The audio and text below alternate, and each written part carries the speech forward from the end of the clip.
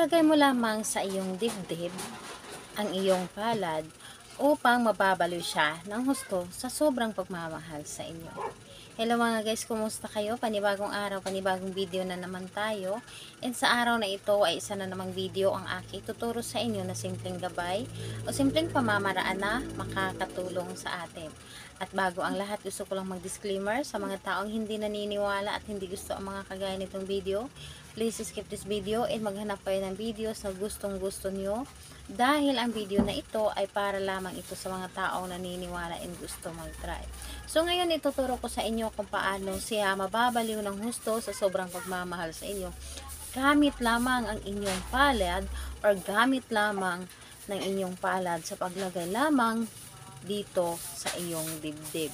So kung paano natin ito gagawin, ipagpatuloy nyo lamang ang pagpapanood upang malalaman ninyo kung paano or ano ang dapat natin gawin. Dito ay pwedeng gawin sa parihas ang kasarian, babae to babae and lalaki to lalaki. Syempre sa ating babae at lalaki na mag-partner. And kailangan dapat is ang inyong gagawan ay wala itong sabit, kumbaga walang asawa, yung tipong ano talaga, yung tipong single talaga, and kayo lang dapat dalawa nagmamahalan or walang ibang minamahal, yung hindi ka third party, yung hindi ka pangalawa or pangatlo. So dapat po ay legit na kayong dalawa lamang, or pwede siya na meron siyang asawa dati ngunit hiwalay na ito. Hindi mo pwedeng gawan yung hindi pa naghihiwalay. So, kailangan na hiwalay na or totoong hiwalay na talaga or ano at ito single talaga, walang asawa. So, ayun. Ito ang ating gagawin ngayon. Wala tayong kailangan na materyales kundi yung sarili lamang natin.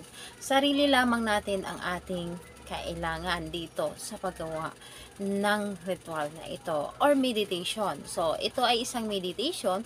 Ito ay kahit may pangontra ang isang tao ay matatablan pa rin ito. So, ganito siya ka-effective.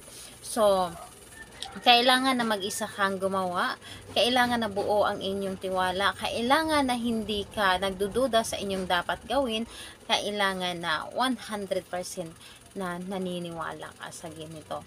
So, ngayon, kung ready ka na, handa ka na, and gustong-gusto mo na itong gawin, so pwede mo na itong gawin. Ang gagawin mo lamang dito ay napakadali lamang. So, bago ka matulog sa gabi, dahil ito ay mas maganda sa gabi gawin, dahil sa gabi is tahimik na ang lahat, kaya naman mas mabilis itong marinig ng universe ang ating mga kahilingan. So dito, ang gagawin lamang natin bago tayo matulog sa gabi, pwedeng left or right hand. Pili ka lamang kung saan yung gagamitin mo, left or right hand. So, ang gagawin mo dito, halimbawa ay nakahiga ka na sa iyong higaan. Ito ay hindi lang sa gabi gawin ha, pwede rin sa umaga, pwede rin sa araw kung gusto ninyo, yung tipong ang lakas ng energy ninyo. So, kayo mismo ang makakaramdam nun kung gaano kalakas yung energy ninyo.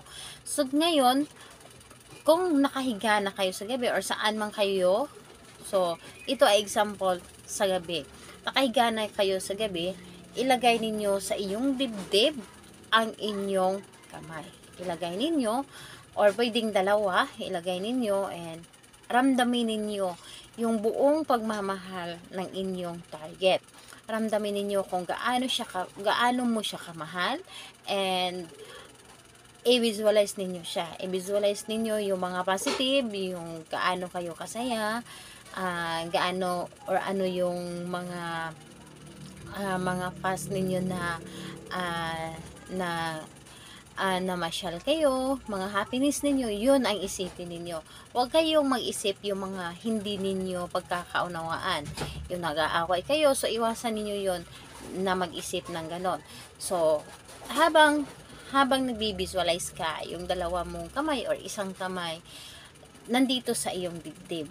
nandito, and ayun, mas maganda na pumikit ka dahil mas mararamdaman mo yung buong pagmamahal and mas maramdaman ninyo ang buong energy ninyo. So ngayon, kapag natapos na, so ang gagawin mo 21 times na sabitin mo yung kanyang pangalan at apelyido. So ilagay sa dibdib yung iyong kamay at sabihin mo yung kanyang pangalan at apelyido at isunod mo ang ating magic words na mababaliw ka sa sobrang pagmamahal sa akin. So, again po, pangalan at apelyido ni target, mababaliw ka sa sobrang pagmamahal sa akin.